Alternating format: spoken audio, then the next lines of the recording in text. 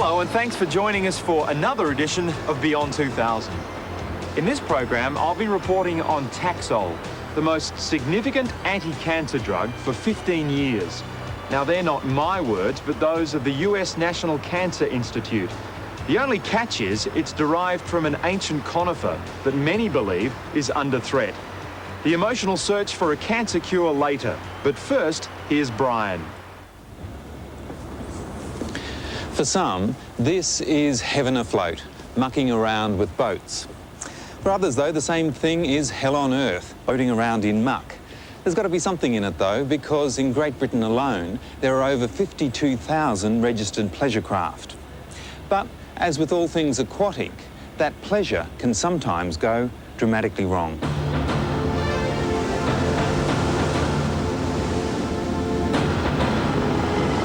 That was one effective way of performing a rescue. And this is another.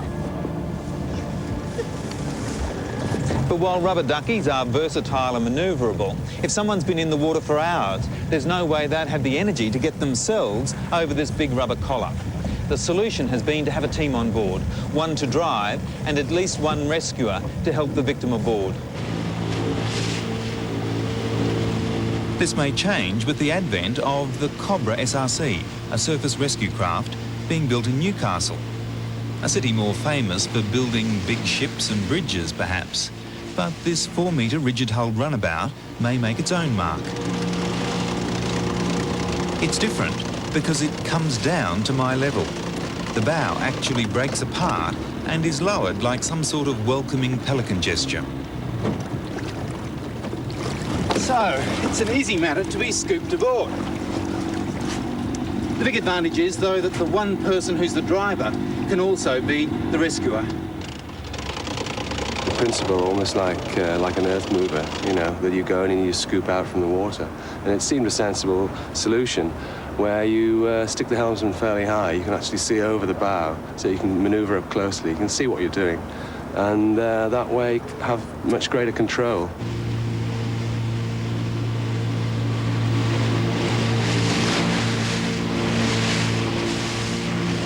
Raising or lowering of the bow takes just a couple of seconds. It works by a simple winch with hydraulic gas struts. As the boat slows, water flows over the bow to fill a ballast tank to give the stability for a single-handed rescue if needed. As you speed away, the ballast tank is automatically emptied using the Venturi effect on the underside of the hull. When this prototype surface rescue craft goes into full production, a top speed of 30 knots and a price tag of £2,500 is envisaged. While it will never tackle the open seas, it may make a welcome addition to inshore rescue hardware available. And if the nautical pundits applaud, then this is one boat that's ready and able to take a bow.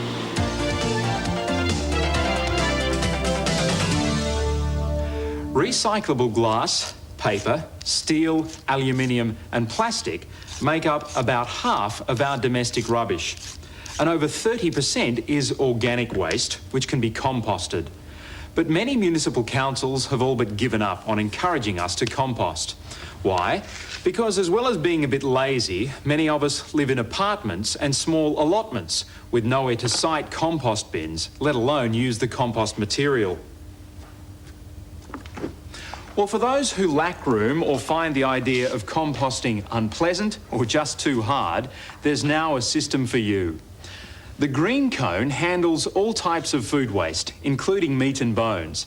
It doesn't need wetting and aerating and only needs to be emptied every 2 years. All you require is a hole in the ground big enough to fit the basket. You simply slide the inside chamber into position. Then you slip the outside green cone over the top and you can screw it into place.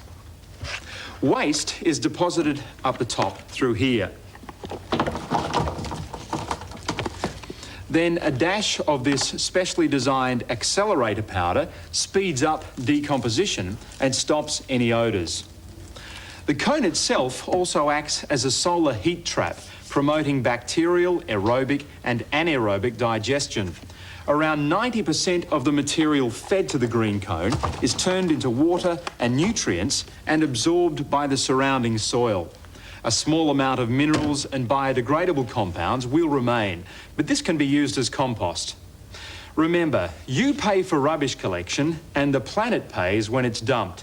This is a good example of an environmental win-win, where being good to the environment is also good for your pocket. And after the break, another way to deal with your garbage. Don't throw it away, live in it. Making a home out of trash. And later, the ups and downs of the Panama Canal. How will this elderly waterway survive the 21st century? Caught in a crooked caper. 29,480 pounds. Sounds perfect. Indulge yourself with the Darling Buds of May, 8:30 Saturday. One of my cats used to get an upset tummy from the lactose in milk. Which cat? Well, it was hard to tell, but I wanted to be sure they were both fine. So I changed to Whiskas Milk Plus. It's lactose reduced. That means no upset tummy. It's made such a difference to their day. So, which cat was it? Whiskas Milk Plus, because Whiskas knows cats best. Being smart about the environment can be as simple as 1, 2, 3. Just start with your environment at home. Bring less rubbish back from the shops. That means buying things with less packaging, things you can recycle or use more than once. Bung as much waste as you can in a bin for recycling. Be a compost maker and give your scraps back to the earth so it can have a feed too. Because the last thing the world wants is waste. Be smart, play your part. Hold your horses, honey. How about some of this oily stuff? I've got gallons of it. Black gold, Texas tea. No, thanks. I like Kraft peanut butter. It's so easy to spread, and it's never dry or oily. But all this could be yours! Stop! Now, kid! Don't be rash, kid! No!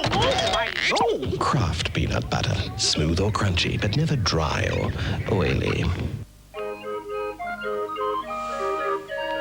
There are a lot of colourful claims being made by light beers these days. So what's so special about Foster's Special?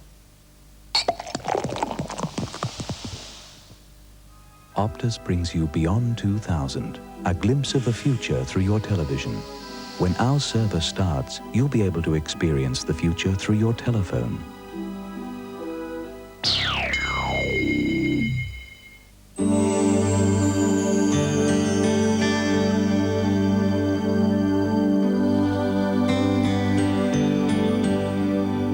Mexico is famous for its beautiful adobe or mud brick homes. Based on traditional Indian designs, they snuggle unobtrusively into the landscape. The Indians used mud as their primary building material because it was in plentiful supply. It was all around them, and so it was the logical thing to use.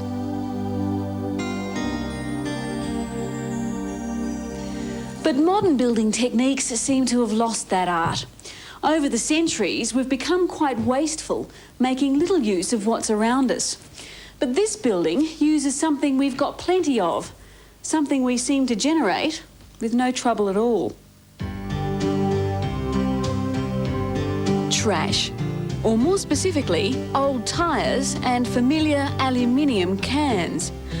A building site is the last place you'd expect to find these relics of our throwaway society. Tyres are usually found languishing by the millions in dumps like this, where they're not just an eyesore, they're hazardous. If ignited, they are virtually unstoppable and burn for years.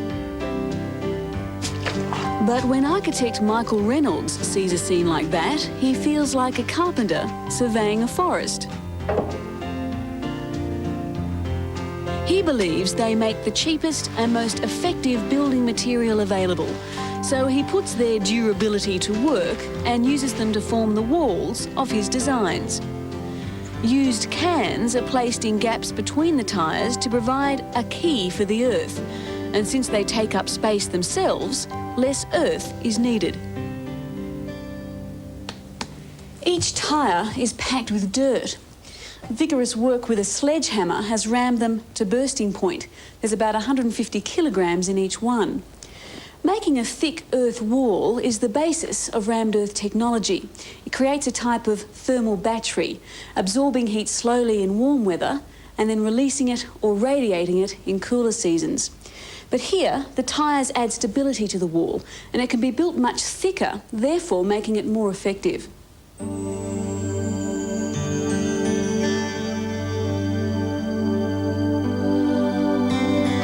Michael calls his houses earthships, and Pat Habbage was one of the first people to have one. As you can see, making a home from recycled goods takes nothing away from its aesthetics, but the appeal is much more than visual. While snowy and cold outside, the heat-releasing walls keep the interior snug and warm, without the need for additional heating. All the earthships are designed around the same concept, a central corridor that links a series of U-shaped rooms. As well as serving as an effective greenhouse, this hallway is also the main heating duct for the home. On a wintry day like this, when the sun is low in the sky, the windows pour light into the rooms, heating up the walls and the floor. But on a summer's day, when the sun is high in the sky, the rooms are in shadow, so that despite this huge wall of glass, the rooms can be 10 degrees cooler than the corridor. Pat's house is not connected to community electricity. Her needs, which are greatly reduced due to the design of her home, are met by solar panels positioned on the roof. Nor does she plan to stay connected to a sewerage grid. Her grey water, or water from the sink, is recycled to use on her plants, and a composting toilet takes care of the rest. Nor is she connected to a water grid. She catches and stores her own. This is Michael's intention, to design a vessel that can be independent of utilities that tax both the pocket and the environment. The earthships are just a product of physical observation. That we observe the patterns and the currents of the planet and align with them, very similar to the way a hitchhiker gets out on the highway and starts to hitchhike. We hitchhike a ride with the sun, with gravity, with thermal mass, with rain, and it turns out that that will carry us everywhere. High in the hills outside Taos, construction is underway on an earthship community. Under normal housing conditions, this site would be considered remote and impossible. It has a slope of about 45 degrees, and there are no utilities connected here. But for these earthships, that doesn't matter. The 30 homes being built on the site will function totally off the grid. There is no electric lines that come to the site, yet we have electricity, and that comes from the sun.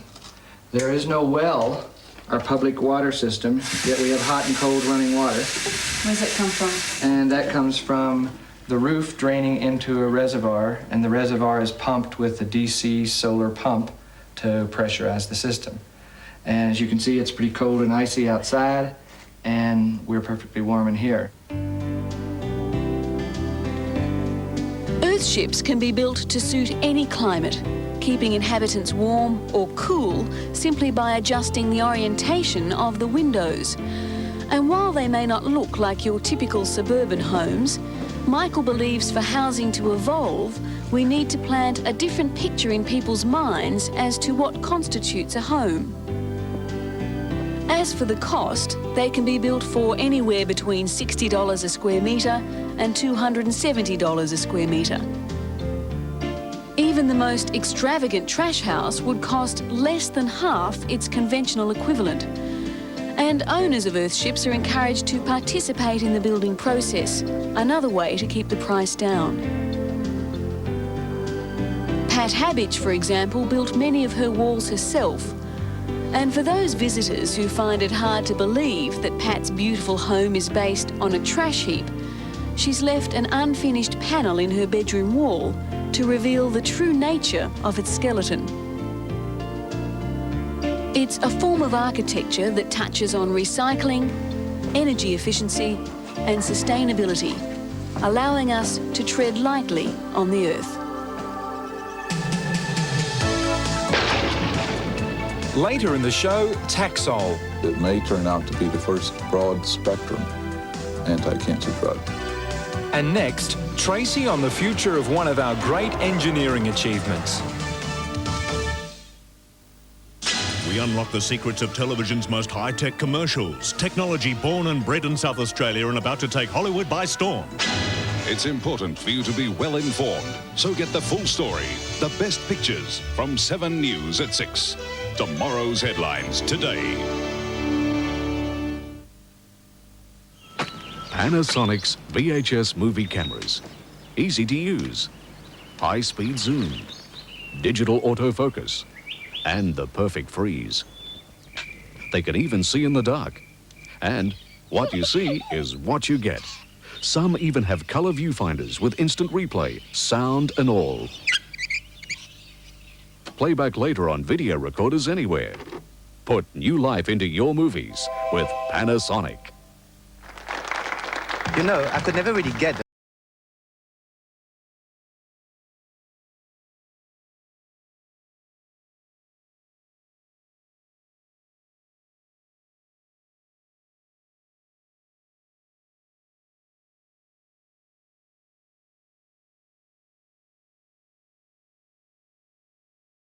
blow drying and styling.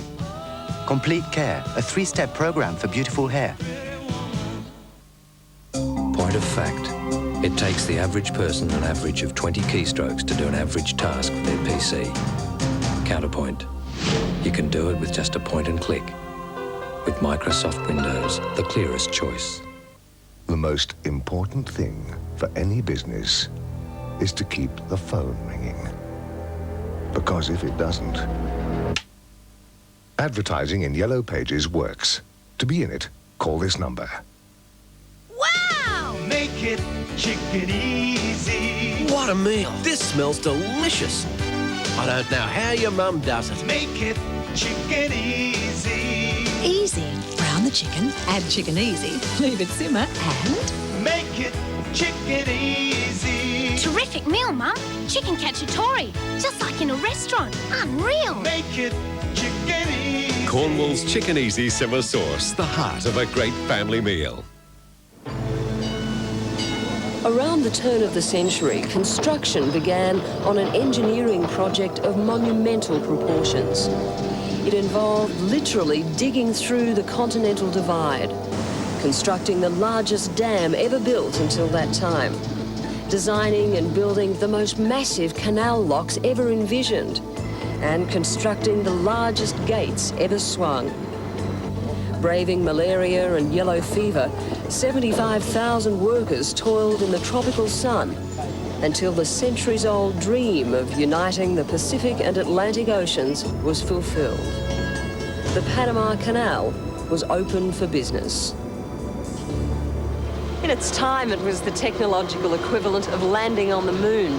But today, the Panama Canal is no longer the vital shipping lane it once was. It's too small for big supertankers, and much of the cargo moving through it could be easily rerouted overland through the United States. But it is a vital resource for Panama, and in the year 2000, the US will finally hand it back to the Panamanians. So how will the canal shape up in the 21st century?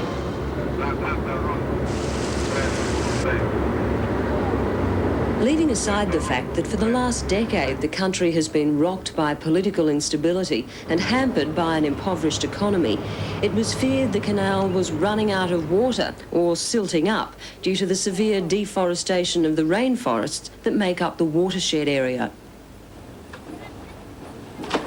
Just why this would affect the canal involves an understanding of its geography. Constructed at the narrowest point between two oceans, the Panama Canal was created by damming the Chagres River to create Gatun Lake. A 13-kilometre excavation through the continental divide, called the Gaylord Cut, then extended the waters through to the Pacific. Locks were created in 3 places to act as aquatic stairways, lifting ships by water from sea level up to lake level and then back down to sea level at the other end. The entire canal runs on fresh water, allowing the 80-kilometre 9-hour transit to happen without the use of a single pump. As ships enter the lock, water flows from the lake into the lock using only the force of gravity. When the water level is equalised, the massive 8-storey gates open and the ship moves on. Each full transit of a ship through all 3 locks uses 236 million litres of fresh water, the equivalent of nearly 120 Olympic-sized swimming pools. With 12,000 ships a year passing through the canal, we're talking a lot of water needed to run an efficient operation.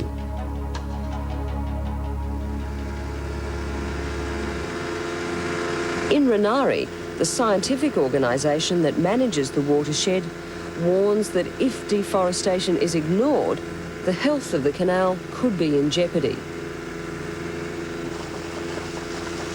Going to investigate the situation meant a trip upriver in a dugout canoe to visit one of a network of 29 meteorological and hydrological stations run by the Panama Canal Commission. Monitoring rainfall, river depth and water volume in the lakes, the information is transmitted back to headquarters every 25 seconds. The data gathered by these weather stations is crucial for predicting the health of the canal, both now and long term. These rivers feed the canal's voracious appetite for fresh water. What flows past here ultimately determines the canal's carrying capacity. And so analysis of this hydrological data provides an early warning system for flooding during the wet season and during the dry, should the canal depth fall so low that draft restrictions would have to be imposed. This has happened in particularly dry seasons, but Renari warns that it could get worse. By 1985, 60% of rainforest within the watershed had been logged. Without the trees, there's nothing to hold the soil in place. Heavy rains wash it away to silt up the lakes and the canal.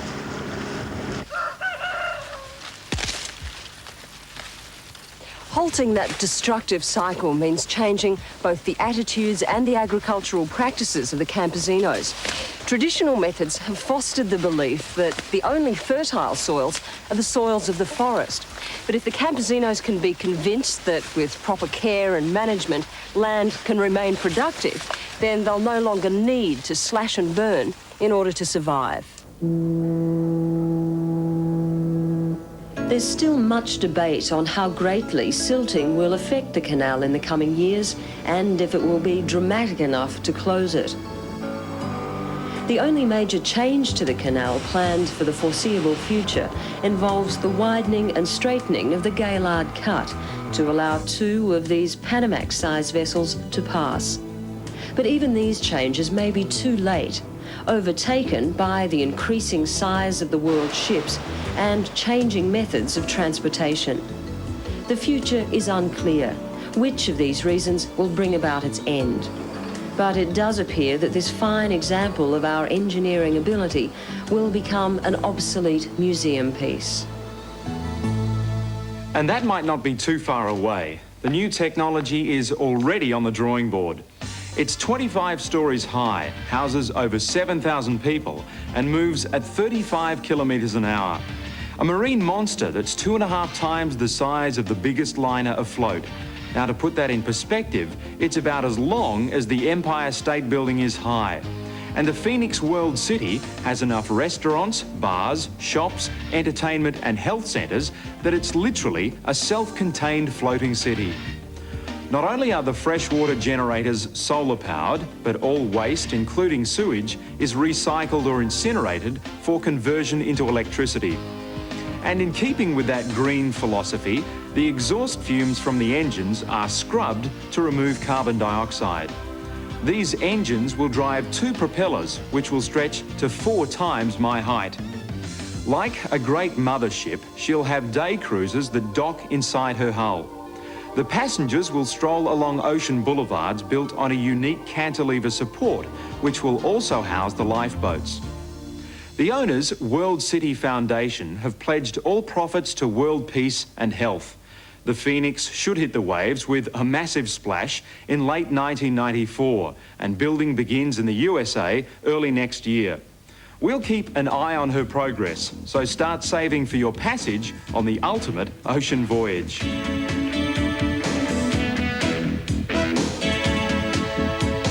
Coming up, Bacteria that could become microchips in the first living computer. and next, life-saving medicine that comes from the forest. That's after the break. Double your action. Double your excitement. From 8 o'clock Friday, it's live and exclusive AFL as the Eagles take on Melbourne. Then at 10:45, it's third test excitement when Eddie Pond with a footy is asking for punishment. Right, Ciro? Yeah. Don't miss the action Friday. The experts tell where to find the best deals on wheels. Your average car dealer will do anything to sell a car. So join us. Real Life, 6:30 tomorrow on 7. Latina Fresh is fresh pasta, specially sealed to keep it fresh, which has made Latina Fresh Australia's most popular fresh pasta.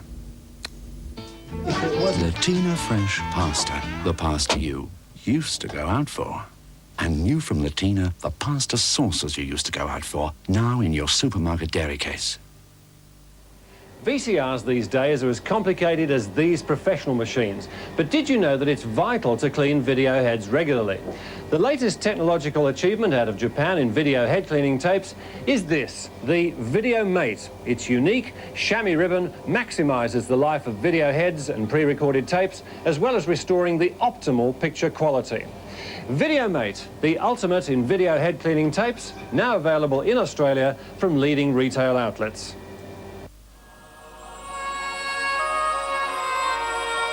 Wheels magazine had this to say about the new Magna wagon.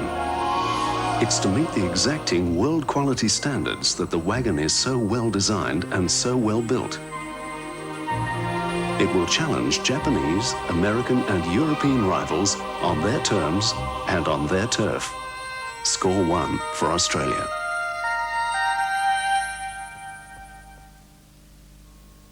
With Microsoft Excel for Windows, all you do is point and click to turn any spreadsheet figure into a wonderful fact. Redefining spreadsheets to give you more time with others. Microsoft Excel. Optus brings you Beyond 2000, a glimpse of the future through your television. When our service starts, you'll be able to experience the future through your telephone.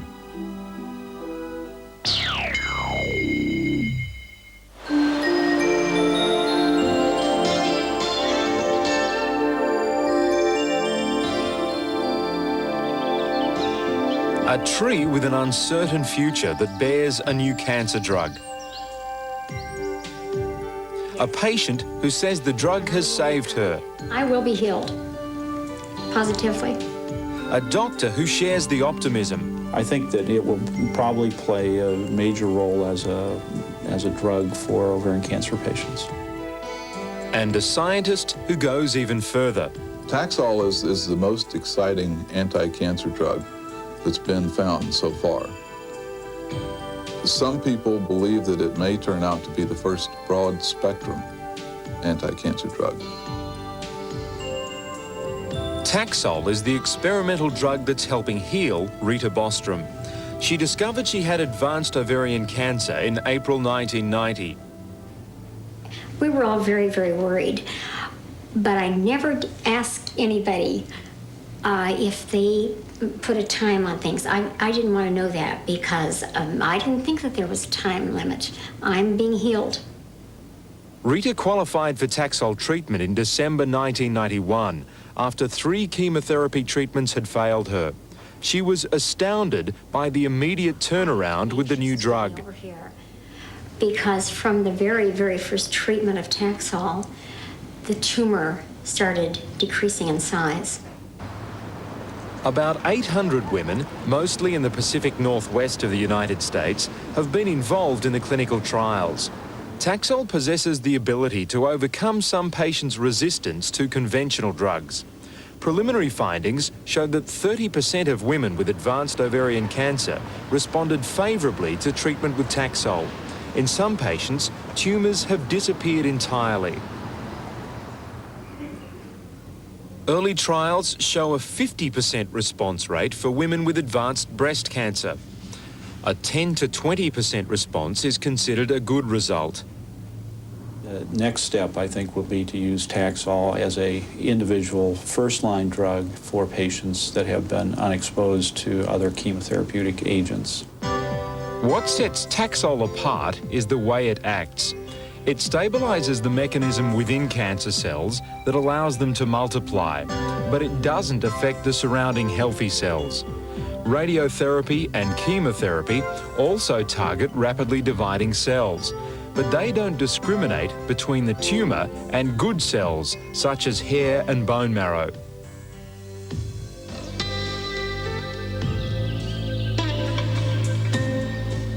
With its great promise comes an enormous demand for Taxol. Supply is where our story takes a turn.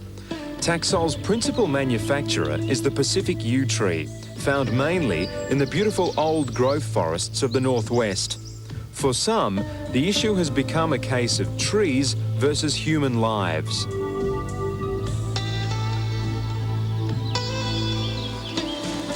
At present, the bark of the Pacific yew is the only source of Taxol.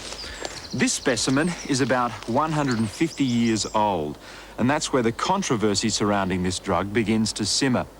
Each patient requires 2 grams for full therapy, and that means that 8 to 10 trees of this size must die. With some simple mathematics, you begin to understand the complexity of this issue. To meet the demand for just ovarian cancer patients, the bark from about 35,000 60-year-old trees would need to be harvested annually.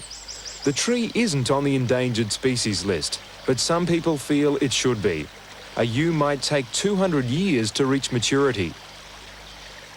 Part of the concern is a lack of hard information. No one knows for sure how many yew trees remain.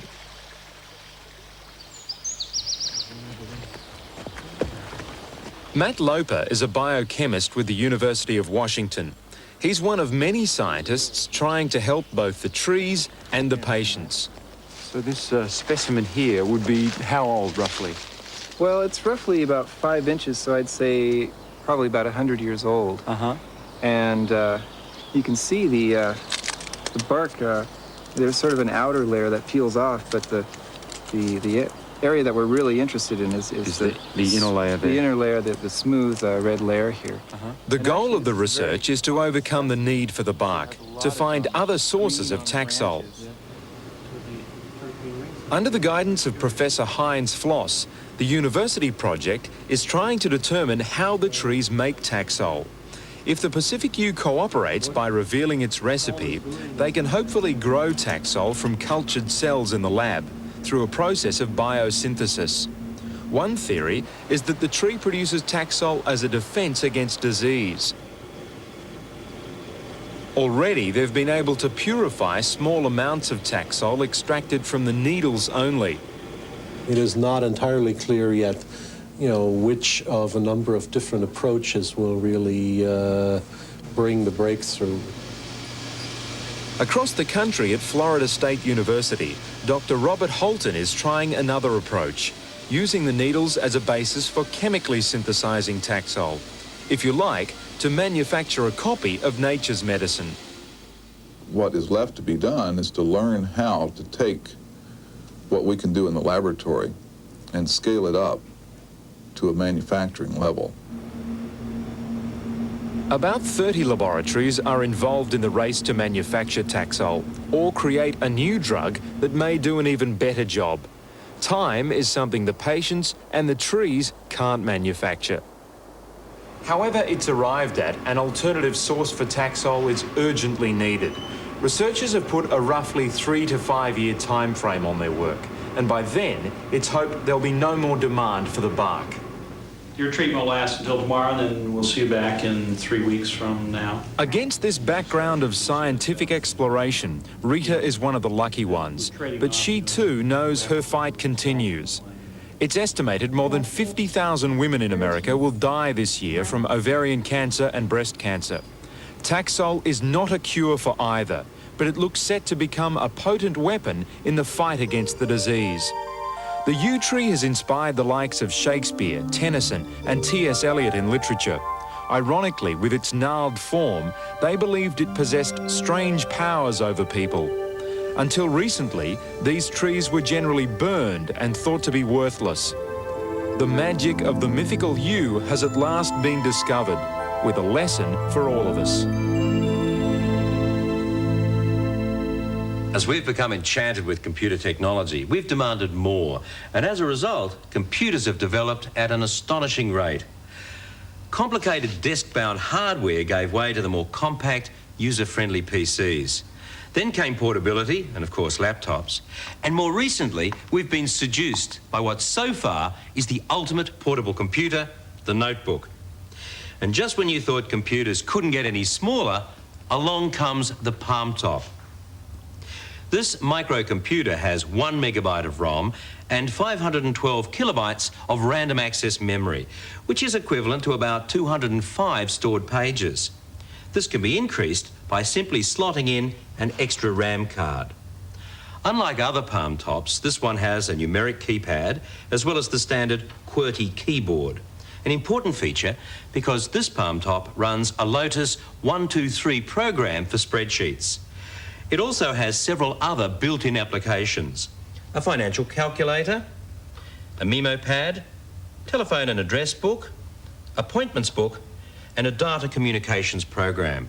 With this, the correct serial cable and additional software, you can transfer files back and forth between your IBM-compatible PC and the Palm Top. But what's really exciting is this attachment. Plugged into the Palm Top, then connected to a phone line, you can also fax information. And the makers say it won't be long before users will be able to do the same using cellular phones. So it will be just a matter of time before the Palm Top becomes a complete mobile office. But in this case, the office will fit into your pocket. Next, plans for an even smaller computer. Could a bacteria be the building block? It has the potential to be the world's most powerful information device. And still to come, taking the back work out of underground exploration. Well, I'd rather be using this than a pick and shovel. Sunday night, the story begins. I've got a star. Someone will give Don Walker a bit of competition. A bit of blood on the track. The crowds will love it. The race to become the fastest man alive. You can be the man who beat Major Taylor. Cameron Deddo, the defiant Aussie hero. You'll win, mate.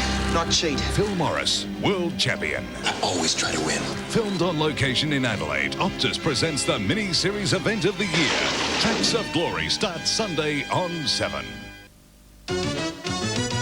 Have a good day, Westfield Shopping. You don't need to go all over town to find the big sales, because everyone's on sale at your Westfield shopping town. Fashion on sale, footwear on sale, food, electrical, leisure, gifts on sale. All the big sales, all under one roof at your Westfield shopping town.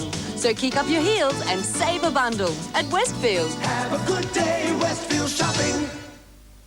It's Australia's favourite breakfast. Whippings is #1. From Aussie kids to grown-ups, it's loved by everyone. Aussie kids are Whippings kids. Aussie kids are Whippings kids. Aussie kids are Whippings kids. Aussie kids are Whippings kids. Laser is roomier. Laser is zoomier. Laser fits me. And laser fits you and you and you. Laser is roomier. Oh, you love what it will do for you. Laser fits me. Oh yeah, laser fits you. Have you driven a laser lately? You know, I could never really get the salon result I was after as quickly as my job demands, until Sunsilk asked me to try their latest innovation, Complete Care. It's a real breakthrough. First, the shampoo deep cleanses your hair to a natural shine. Second, it conditions and nourishes right to the ends.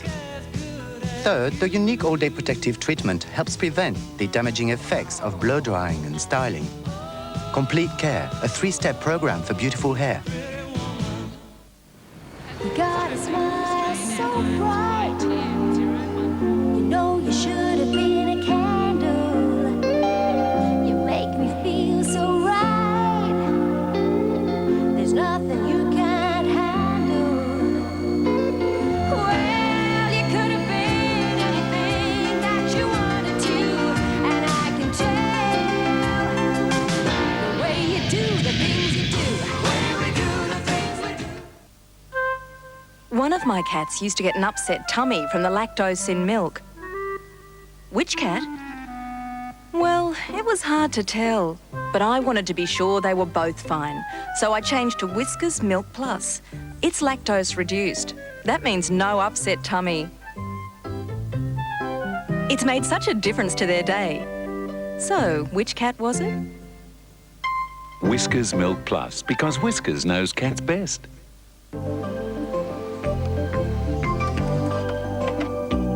Today's computers may be small in stature and big on power, but they're rapidly approaching their physical limits.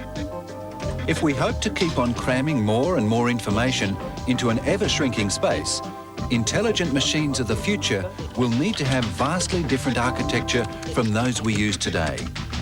And Mother Nature is pointing us in this new and exciting direction. Millions and millions of years ago, a revolution took place in muds and waters not too different to this. Intelligent life evolved. Once again, this type of place is hosting a revolution, and central to it is a creature that we consider none too intelligent. It's totally unaware of its destiny, yet it's a key to an emerging technology, the dramatic miniaturization of machines. For the bacteria which call this mudflat home, life is pretty hard. Constant evaporation makes water in these puddles saltier than the sea, and in this hot, corrosive environment, food and oxygen is scarce. But when times get tough, this hardy bacteria follows its instincts. It switches on a light-sensitive protein called bacteriorhodopsin and carries out a primitive form of photosynthesis. And it's this protein that's caught the eye of computer scientists. The retina of the human eye is covered by an almost identical protein. It also happens to be called rhodopsin. Now, this protein is essentially a light-absorbing machine which allows us to perceive colour, red, green or blue.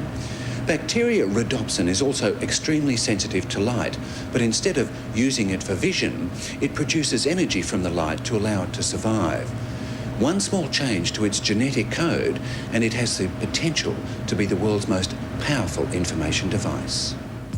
Biomolecular electronics is an emerging field, yet it promises to push computing well beyond the practical limits of the silicon chip.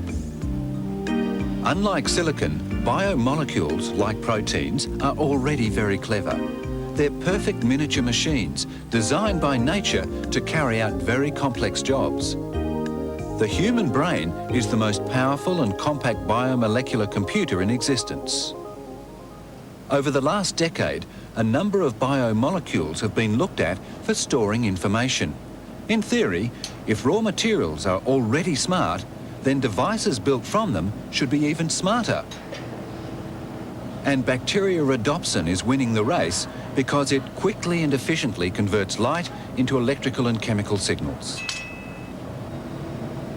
Researchers at Wayne State University in Detroit have discovered that by genetically enhancing just one of the 248 amino acid units in the protein, its electrical and photonic characteristics are drastically changed.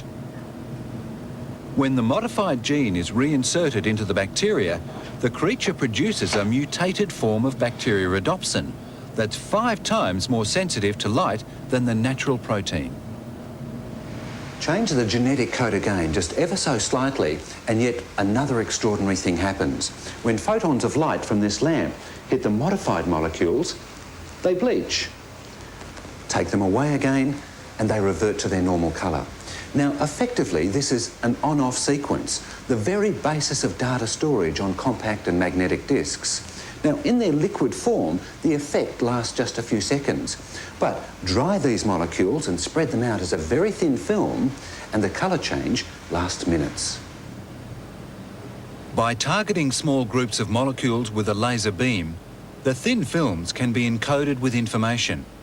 It's estimated a series of coloured and bleached dots on a 2 centimetre square of film could hold 25 megabits of data, and a 2 centimetre square cube could hold the text of 4,000 Bibles. It would take 18,000 floppy disks to do the same job.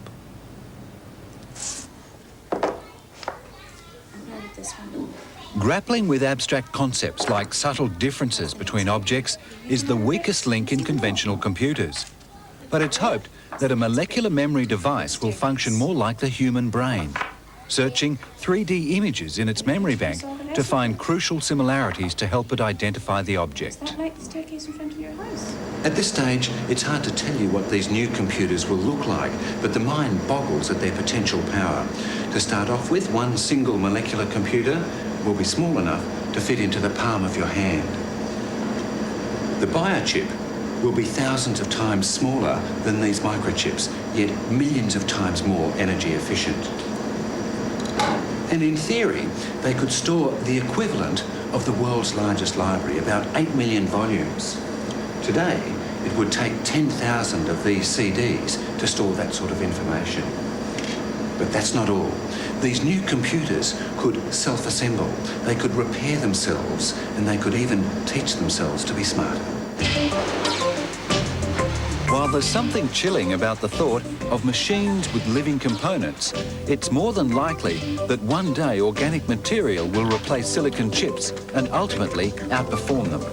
And when the day comes when a biomolecular computer finds its way into your home or office, spare a thought for the tiny creature that helped it happen.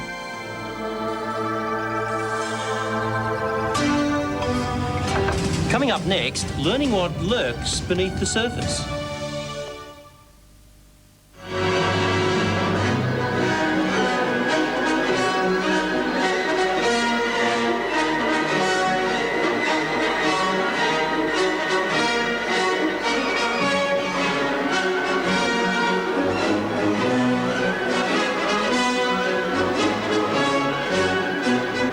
South Australia give Victoria a football lesson. Tuesday, July 7th at 8 p.m. at Football Park.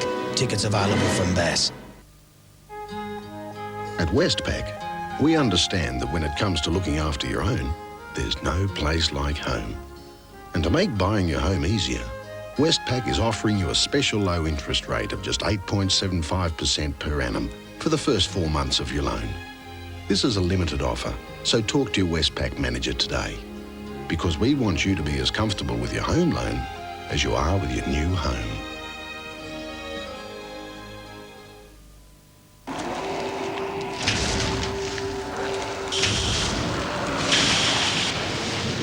Now, Fisher & Paykel replace conventional fridge design forever with soft new lines that make all other refrigerators look prehistoric. And a unique dual cooling system that keeps food fresher longer. Now that is fresh. Softline from Fisher & Paykel, the world's coolest fridge. Introducing a new dimension in V6 four-wheel drives.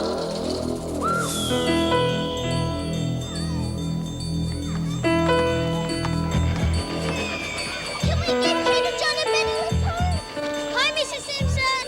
Hi.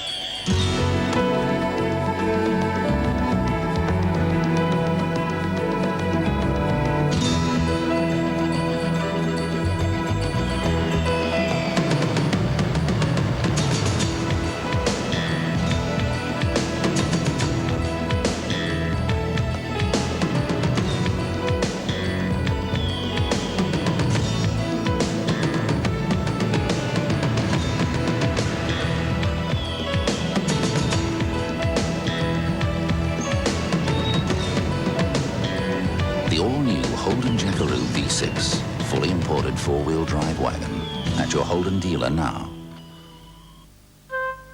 One of my cats used to get an upset tummy from the lactose in milk. Which cat? Well, it was hard to tell, but I wanted to be sure they were both fine, so I changed to Whiskers Milk Plus. It's lactose reduced. That means no upset tummy. It's made such a difference to their day. So, which cat was it? Whiskers Milk Plus, because Whiskers knows cats best. A witness for murder needs protection from the mob, and a chance meeting ignites a hot romance for Bubba. In the Heat of the Night, coming up next on 7.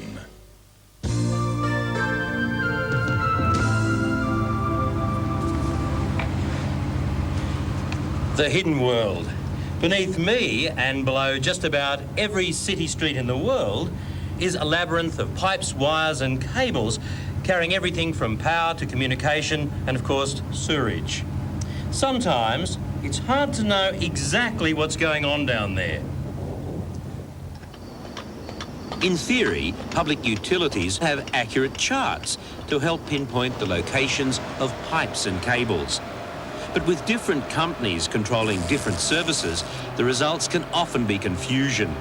Sometimes the only way to find out is to dig. That's costly and mistakes can be dangerous.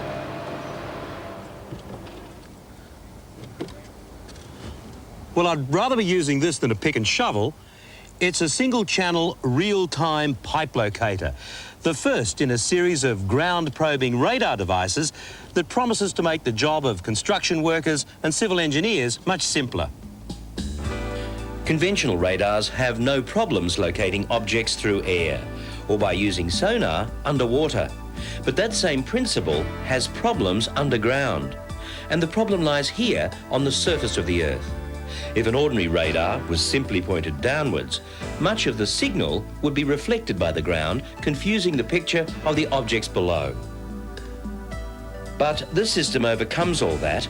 By using very high-speed circuitry, the radar is able to make separate measurements. The first from the radar to the ground, and the other from the buried object itself, and then separate the two in time so each is distinctly characterized. The antenna is housed in this crossbeam and fires a pulse of electromagnetic radiation of 1 nanosecond. That's 1,000th of a millionth of a second. The returning wave is captured by the same antenna and then interfaces directly with a powerful microchip. This wheel triggers the measurement sequence for every 50 millimeters of forward motion. The power and the speed of the electronics included in this device mean that it can be pushed along at a speed of 4 to 5 kilometers per hour, which is very important when you have to cover large distances.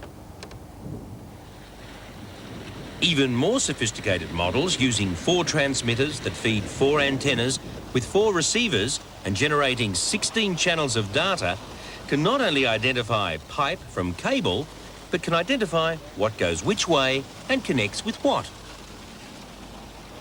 Back at the workstation, sophisticated signal analysis is crucial to differentiate between the suspected target and the assorted underground clutter. By studying the raw waveform received by the radar antenna, analysts get their first glimpse of the buried object.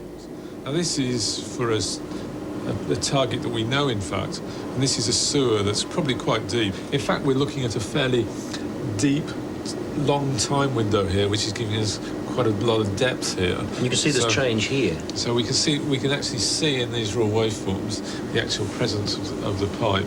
We can now go on from that. That crude image is further processed to eliminate the surface clutter and enhance the signal.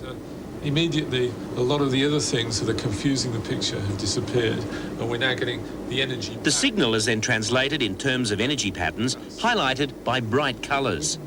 Because the radar itself doesn't know what it's found, the computer must be taught algorithms, or sums, that describe the target object. The computer can then recognise the energy patterns as specific shapes, in this case, a sewer pipe. With ground-probing radar, we're not just talking about sewer lines or telecom cables. The technology has a life-saving component. It can also detect plastic landmines. They're common buried weapons in all the world's trouble spots. Unlike their older metal counterparts, they're very difficult to detect. The MRAD GPR system is being designed now to recognise a whole variety of these deadly weapons. Metal mines are easily located using common metal detectors. But the detection of homemade plastic varieties that cover the paddy fields of Cambodia and continue to kill and maim are a real problem. Once the algorithms for the plastic mines can be written and the ground-probing radar taught to identify the signature of the many different plastic packs, the device will prove invaluable in restoring the battlefields of yesterday to the rice paddies of tomorrow.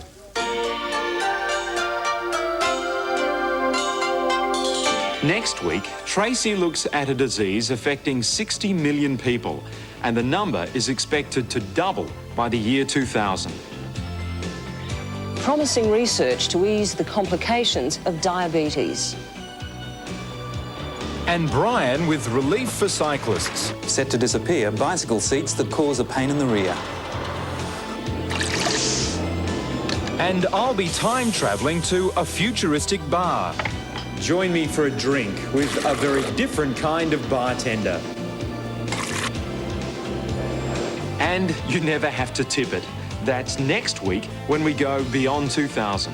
We look forward to your company then.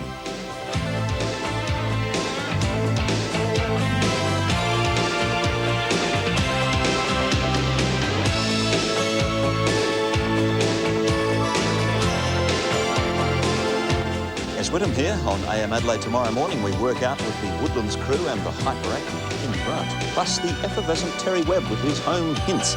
So join Wilsey and me tomorrow morning at 10 on AM Adelaide.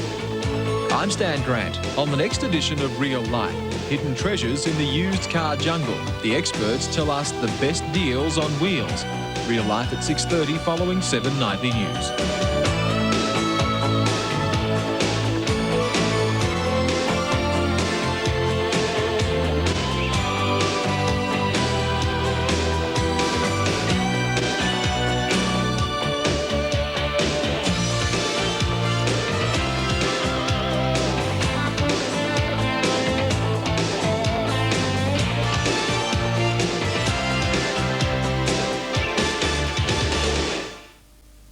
Optus brought you Beyond 2000, a glimpse of the future through your television. When our service starts, you'll be able to experience the future through your telephone.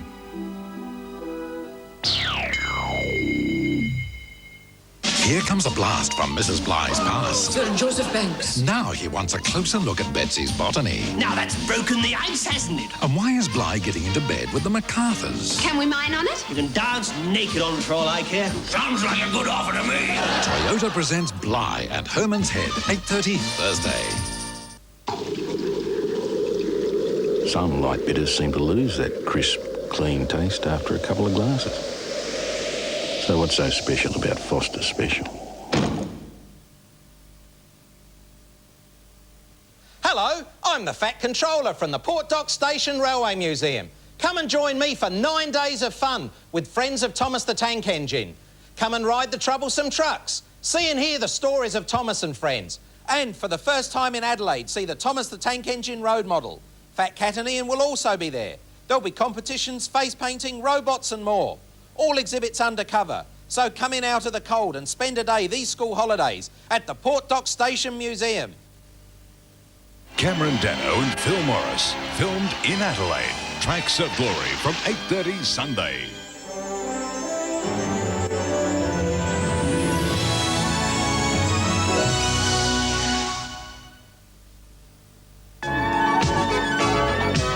This program proudly brought to you by Jif Cream.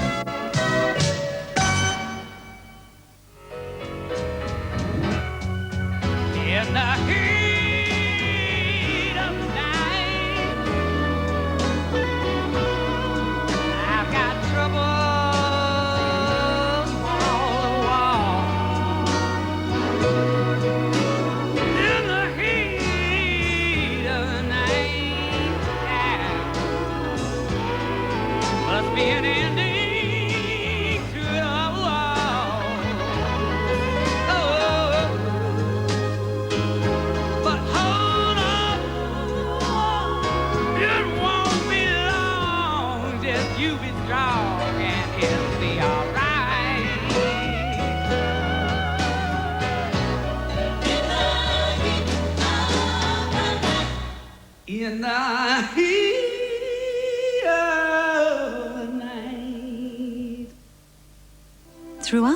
years, Jif has powerfully cleaned kitchen and bathroom surfaces without harsh scratching. So removing even the most difficult grime and stains was easy. Well, now it's even easier with new Easier Rinse Jif. Jif's new Easier Rinse formulation gets your kitchen and bathroom surfaces sparkling clean with less effort than ever before. New Easier Rinse Jif cuts cleaning down to size. Don't you just love a combo? Yeah, McCain vegetable combos makes a meal come to life. Ah, McCain, you swung it again. If your hot